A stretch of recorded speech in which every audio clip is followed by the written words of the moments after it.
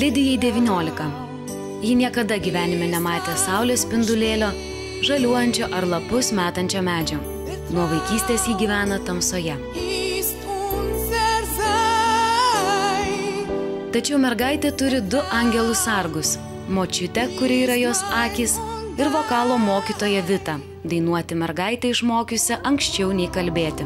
Nedrąsu buvo, nes vis tiek žmogus, sakysim, vis tiek nemato. Aš neįsivaizdavau, kaip dirbti su ja. Pati bandžiau, rankomis mes. Ir per tuos metus pripratom, dabar reikia tik tai, sakysim, vieno žodžio ar ten prisilietimo, jinai viską supranta.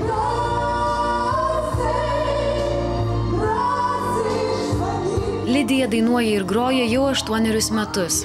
Savo repertuare mergaitė turi per 200 dainų – lietuvių, rusų, anglų, vokiečių, lenkų ir italų kalbomis. Jie atsimena visų dainų žodžius, nes turi fenomenalią atmintį.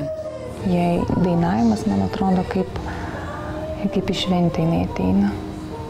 Kaip jinai dar gali išsireikšti save?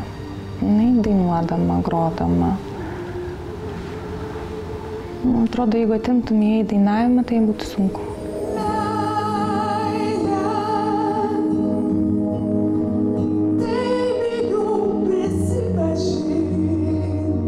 O neseniai mergaitė pradėjo dar ir šokti.